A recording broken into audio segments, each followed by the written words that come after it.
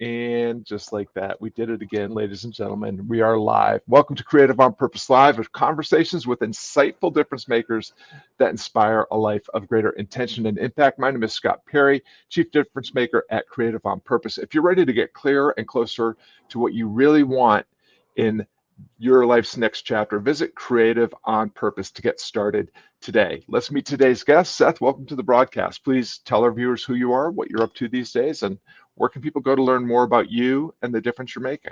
Wow. Thank you, Scott. So fun to be here. Haven't done a live thing in forever. This is super exciting. I write a Substack called Social Media Escape Club. And what I talk about a bunch, and what I've been talking about for years, it started on Twitter like 10 years ago, me yelling from the rooftops, hey, get an email list. Social media might not be around forever. And I think we're seeing that more and more clearer each day. And finally, I took my own advice and started a newsletter in 2021. And and that's what I do. And for my day job stuff, I work in email marketing. So I do it both as, keep the lights on, pay the rent. And also I just love helping, especially creative people, artists, illustrators, photographers, musicians, because we're not all social media experts or managers. Those are full-time jobs. And so I really try to help people, give them a bit of inspiration to okay, let's figure this thing out. How do I reach my audience? So love that. I always like to find out a little bit about the origin story behind how my guests came to be doing the work that you're doing. My guess is always that the 9-year-old version of you did not dream in their bedroom about becoming the anti-social media guy or the email marketing expert to future star creatives. So how did you come to be? Social Media Escape Club is the thing that I want to touch on the email marketing too, because I think that's something that there's a lot of misinformation about that as well these days. But how did you move into this Social Media Escape Club endeavor of yours? Well, I mean, a lot of it had to do with a lot of the artists that I was talking to throughout my conversations. At one time, Twitter was a great place for conversations and meeting people, and the serendipitous nature of that, of you casually running into people and having these conversations. And so the idea for it wasn't that everyone wanted this idea of wait, tell me about email marketing. They were just yeah, it just kind of felt like social media kind of feels weird a little bit. And so, or I'm not having the impact that I used to. Or, it's a bigger challenge. Should I sign? This would be years ago. Should I sign up for TikTok? And then, we see the news today of TikTok, it's going to be sold or something or other. So I really got into it from, and you know what? This goes back to 2001 when I started a music blog, because I found out I wasn't going to be a rock star. So I started writing about music, but I wanted to write about a lot of the bands that I didn't see other outlets writing about. And my whole focus from 2001 through today has always been I just want to help bands sell more albums so they can keep doing the stuff that they're doing. And that kind of has morphed into, I just want to see artists keep doing what they're doing and have hope that they can reach an audience so it's selfish, so I can still see their art and see their music videos and all that fun stuff. So. Yeah, I love it. Well, one of the things that obviously that I love about your story is we have this kind of shared musician past, and maybe we'll touch on that a little bit as well. But one of the common themes that I find in the conversations that I'm having with folks like you is that you created this sort of solution to other people's problem by solving a problem that actually was your own problem to begin with. And I'd love to just so in transparency, I have had, I sometimes say I don't have a love-hate relationship with social media. I kind of have historically had a hate relationship with social media. So I am one of those people that I've actually not taken one, but two different courses on how to exit social media altogether. Obviously, they didn't stick because here we are on Facebook and LinkedIn, and well, YouTube's not really social media, um, but you know, there is when we talk about social media as like it's not a monolithic thing, and what it is now is really a lot different than what it was when we all first signed up for, Facebook or Twitter or now X. Talk about, things changing. So like, give us a little bit of the arc of your journey coming, like, what interested you about social media at first? Why did you come in? When, what are the changes that you've noticed, and why now do you think that it might not be a bad idea to think of an exit strategy from that whole, all these platforms? Yeah, no, my big one from the start was Twitter. I got on Twitter in 2006 when it was still based off text messages. When it was called TWTTR, there were no I's. I was one of the first 3,000 people to sign up for the service. Like I was like, this is really cool. And I remember talking to a music friend of mine, music industry friend of mine, worked at a record label. We were like, wow, imagine if bands were on this. They could like tweet like at the show, like, hey, it's so cool to see you, or this or that. And like, so it was really a draw, like community wise, like building audience wise. And I really, I was bouncing around on there for years, but it was finally in 2011 when I got this idea, because I had run music blogs, and I ran a music blog, a metal blog for AOL Music called Noise Creep. And the premise of the music blogs over the years has been, here's this big 500-word article, and then you would go on social media and beg people to come and read it. My idea in 2011, after I left that job, was I want to put the thing right here, like on your phone. Like while you're at the show, you can, that's it. You don't need to visit another site. You don't. And I was like, well, how can I do that without writing blog posts that are 500 words long? And I was like, I'll do metal trivia. I could just write these one-liners and questions. And I did that, and it found an audience, and it was a lot of fun because people just came out of the woodwork and started answering questions. And this has always been a big theme of mine with social media, was the delight was there.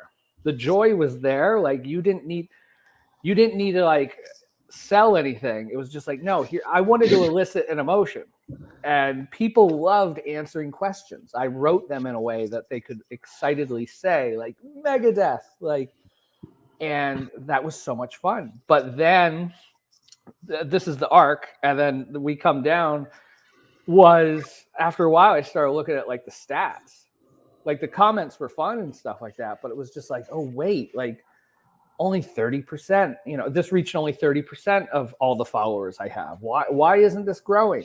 Oh wait, now it's only 20%, now it's 10%. And it was like, this is a big bummer. Like I'm doing all this work and no one's seeing it. So that was 2017, 18.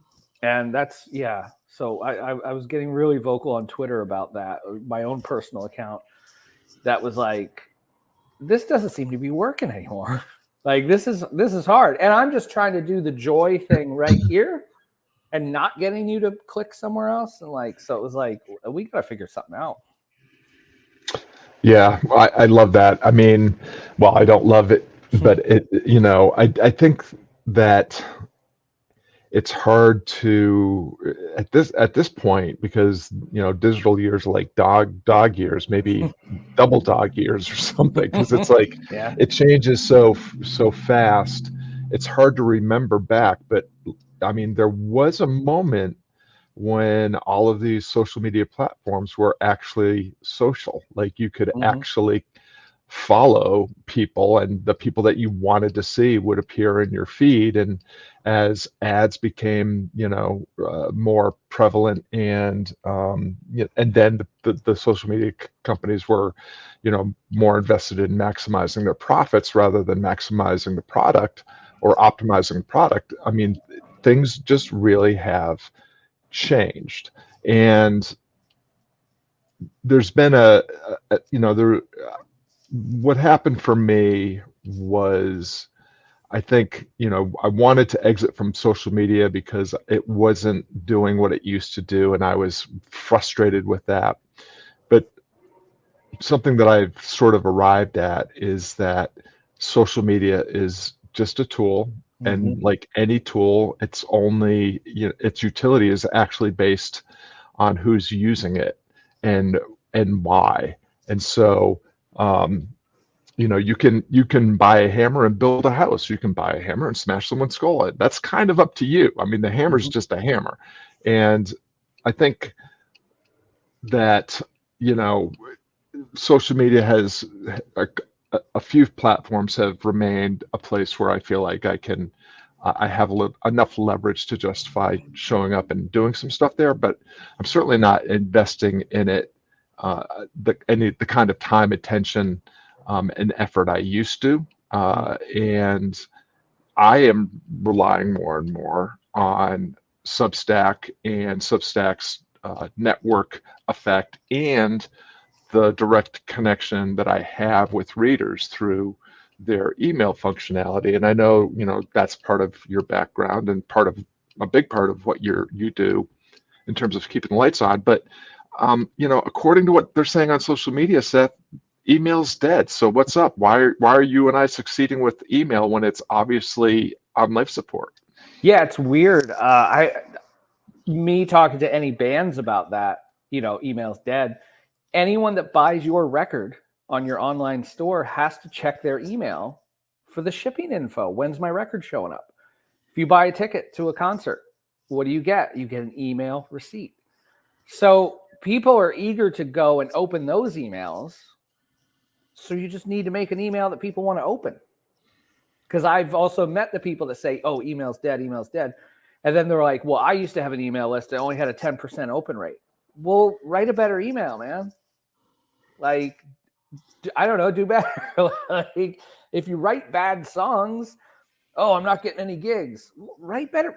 Let's start writing better songs, like in any of this. And so, yeah, the idea that email is dead is it could feel like that, of course, because it's not, because a lot of people that work at social media companies get paid lots of money to make you believe that. To make you believe that if you're not investing your time and energy and resources on social media, if you're not there, you're wasting your time. You're missing out and you'll never amount to anything. Forget all that other stuff. This is your home now. And it's like, they are incentivized to make you believe that. And it's not true. And the work I do, the clients I work with, there are many dollar signs to go with that. So that they make from work that I do. So, and on the social media side can sometimes be an afterthought in that world. So, yeah, well, I think I really appreciate that insight, because it totally resonates. And one of the things that I know I have to do some deprogramming with, in terms of my clients, who, will come to me with kind of similar stories like, hey, email doesn't work, my open rates are dropping, or social media doesn't work because my follows are, not following me, and so forth, is they're actually forgetting, like, when you're talking about email and social media, you're talking about connection. And the more fulfilling, delightful, meaningful you can make those connections, the more collaborative that you can make the conversations, the more people are going to want to try to stay connected despite whatever the algorithm is doing. And the more that they actually will connect when they do see your email or your social media feed. And it's so easy because we are creatures that are kind of programmed to be enamored with more. Like, it's all about the reach, the number of reactions, the number of, like, it's those, all the metrics matter, because metrics must mean success in some way, shape, or form. but we forget that, what human beings ultimately crave is being seen, heard, understood, and feeling and belonging. And if your email open rates are dropping, then you've probably taken your eye off the ball in terms of what email is really for, which is having meaningful exchanges with people who you care about and who expect you to deliver relevant relevant content to them. Not that email somehow is a failing tool, because all it is a delivery system. The messaging and the intentionality and integrity of your emails, that's kind of up to you. And that's the same with social media. Mm-hmm. So I'd love to hear, because you're helping people with this, especially around email marketing. What are the things that you find are helpful, either to remind bands why they had email lists in the first place, or to get people that are coming in and just getting started? Like, how do you help them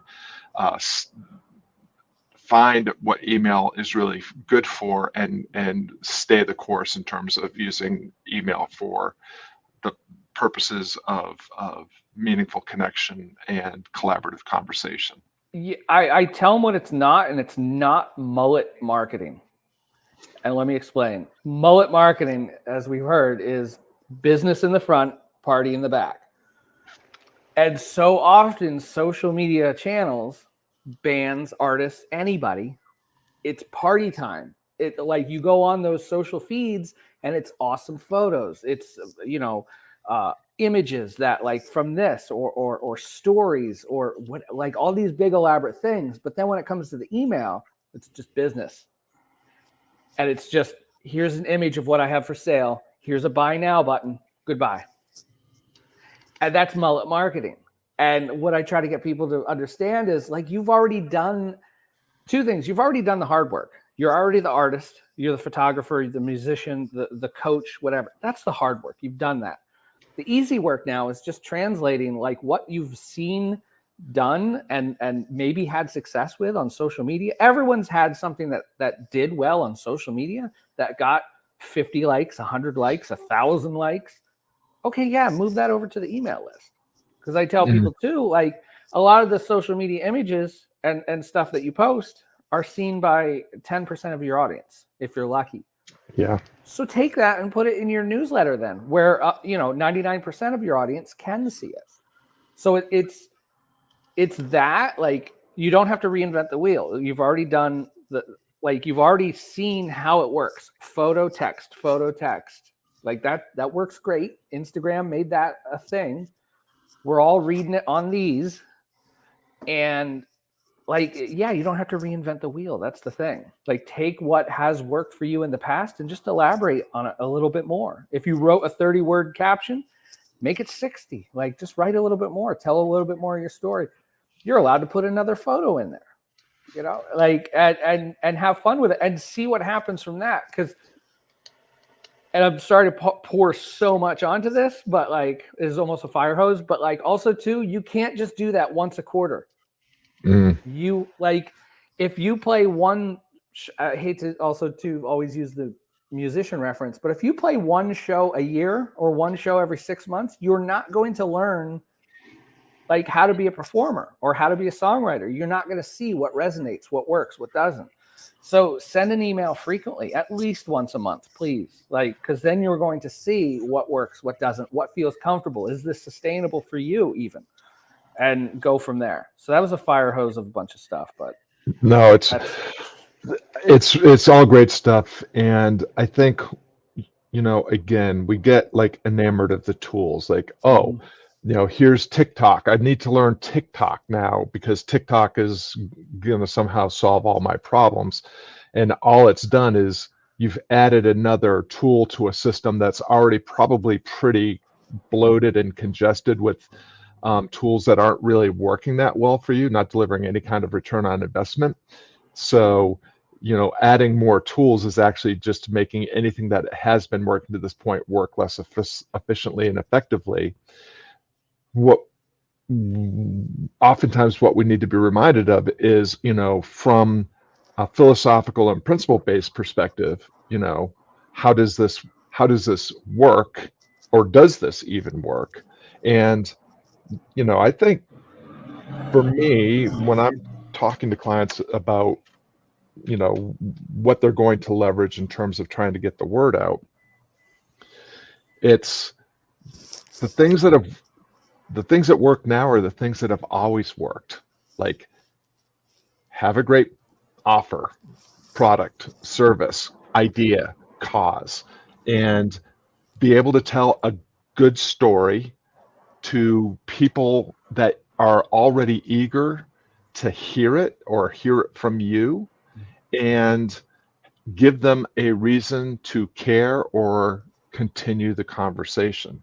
It's like, I live in this tiny little town, and the car dealership survives because it continues to take really good care of everyone that walks through that door.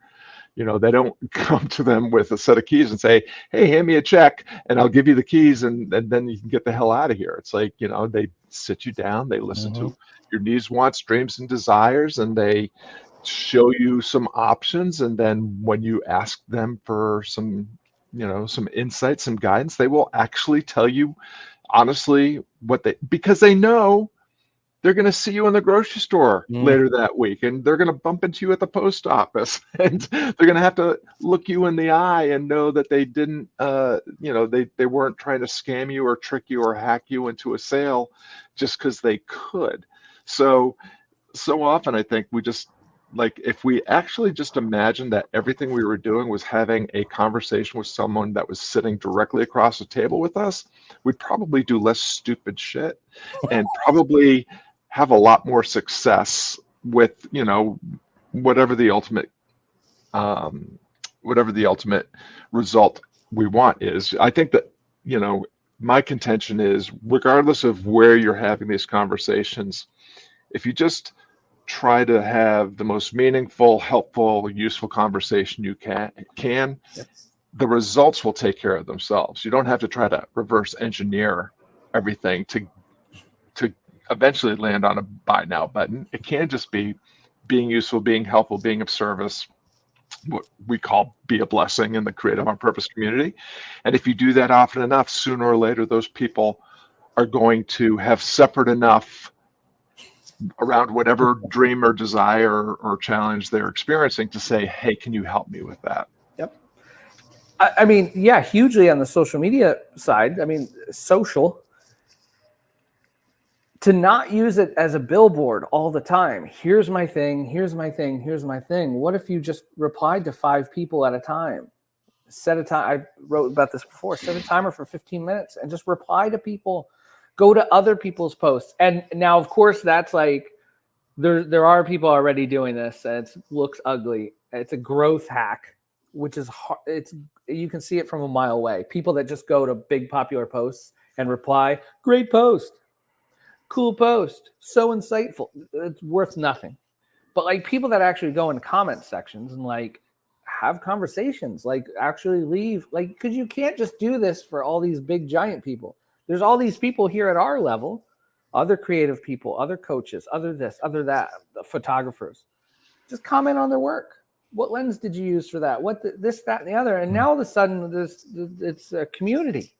And like going back to your car dealership, I always liken it to a coffee shop. You walk into a coffee shop and they don't say, hey, what do you want? And they're like, hey, how you doing? Hopefully they say, hey, how you doing? It depends on if you're on the East Coast or not. But I mean, there's in my hometown, there was a coffee shop that opened up, and this guy, Dan, he was the nicest, sweetest guy. And we would always just talk, and it would be like 5 minutes later, he's like, oh, can I get anything? Which was the greatest. And I still think of that guy, and I occasionally order coffee from him. Like, they ship it around the world. So like, but that all started because that dude was like a nice guy that took a minute to talk to me and find out like what I'm up to and this and that. Like, and you can now take that to social media. Like, even with reach as bad as it is, this, that, and the other, you can still comment. you can still DM people. And that, I think, is the gold mine right there. Not to do it in an AI helped way, not automated, but like spend the time going on there and doing that.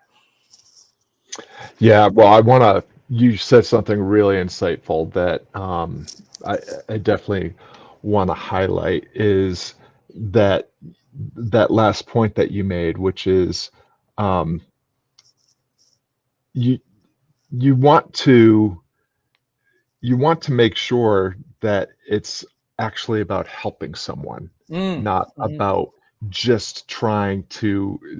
It's about the connection, not the transaction. Absolutely. And if you take care of the connection, transactions will take care of themselves when it's appropriate. And the other thing about all of this is, if you're always in sell mode, you're also always inviting buyer's remorse, which means that even after the sale, you're going to have to deal with refund requests or complaints or just bad feelings, and that you can destroy goodwill through a successful sales funnel, right?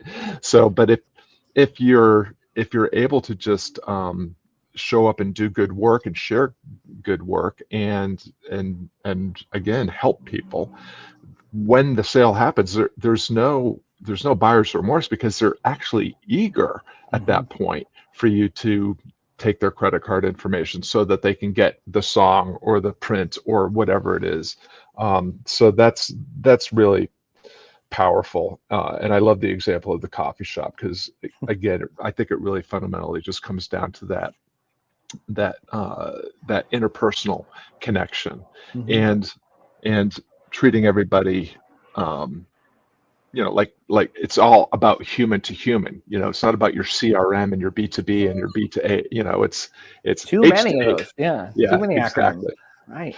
Well, as we're coming down to the end of our 30 minutes together, Seth, the last question is always kind of just to help the people that are tuning into this broadcast with an insight or a tip or even a quote, exercise, anything that you can think of. Most of the folks that are tuning in are either advancing freelancers, solopreneurs, creatives, or coaches, or they aspire to start some kind of business around, the difference only they can make or their passion project or what have you. And so for the folks that are here that are ready to, take a bolder step into possibility with their own thing, what is just a final idea or exercise or share that you would provide to help them, just step forward a half a shade braver than they did yesterday? I would say whether it's social media or an email newsletter, because there's so much like, well, how do I get started? How do I do this? The newsletter thing itself can be confusing. Do I use this? Do I do that? Use this service, that service? My thing lately has been like, well, you're either going to make dance videos on TikTok all the way to, well, I'm not going to do anything. I'm paralyzed. I don't know. I'm not going to do anything. There's a whole bunch of space in between there, though. And so my thinking has been like, what in that space, there's got to be something that works for you, that feels good for you, that feels right, that lets you sleep at night, that doesn't feel like you're being a used car salesman, that doesn't feel like, oh, I'm being too salesy. There's so much space in there. And I think that's true for anything that anyone's trying to do, sell, put out in the world. And it's just trying to find that. And I find a lot of that, and this goes back, Scott, to what you offer with, your with your Substack and with your weekly calls. It's about getting together with people and just like talking about that stuff. Like we could sit here, like I could get off this call and like think what's going to happen next. But more often than not, doing any kind of 30-minute, 15-minute, whatever call with someone, even if it's not an expert, a social media coach, an email marketing coach, even if it's just another artist that's also struggling with it, just talk to them about it. And because you come up with so much more, at least knowing you're not alone in this, you're not struggling, you're not bad at it. Like we're all learning. And I think so much of that is just part of the community and finding people that you can talk about that with. again, from real big coaches to people, doing the same thing you're doing. So I would encourage that. Find some people to talk to. Subscribe to my newsletter. I love talking about it. And there's always people talking in the comments section like, oh my God, I hate social media. And there's community there, and it's really fun. So yeah, find a nerd like me to talk about that with. I am happy to listen. Absolutely. So Beautiful. Well, I really appreciate that. And I do encourage everyone to take a look at the link below and connect with Seth on his Substack. It's really fabulous. He's also masterful at some of the things that I'm just wrapping my head around, like the notes feature and so forth. Plus, he takes some really cool pictures on his daily walk. So love that as well. And we want to thank everyone for tuning in. Seth and I really appreciate the gift of your time and attention. We hope today's conversation motivates you to take a bolder step into possibility with whatever life or business endeavor you're trying to further, and to keep going with defining and developing the difference only you can make. Please visit creativeonpurpose.com. And if you're watching on social media, heaven forbid, or YouTube, be sure to drop a comment, drop a question, hit that like button. And if you're tuning in on a podcast platform, please make sure that you give us a 5-star review and leave a written review as well. It really helps more of the right people connect with this content. Now, take the insight and inspiration from this conversation and go play your game all in and full out. Seth, thanks so much for the gift of your time and wisdom today. Thanks for having me.